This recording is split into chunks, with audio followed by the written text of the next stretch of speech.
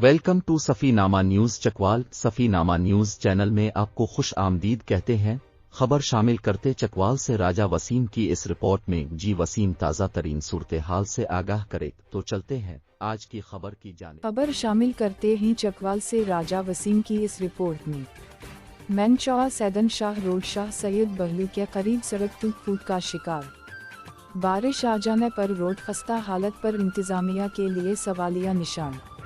सड़क की मौजूदा सूरत हाल आप स्क्रीन पर देख सकते हैं। आए रोज़ हादसात से अवाम में शदीद सरापा एहतजाज। इन हादसात से किसी की जान भी जा सकती है। रोड बुरी तरह से तबाह व बर्बाद होने की वजह से गाड़ी मालिकान की तरफ से शदीद सरापा एहतजाज। अवाम का वज़ीर आला Punjab, deputy commissioner Chakwal, assistant commissioner Chakwal से फौरी नोटिस लेने की अपील।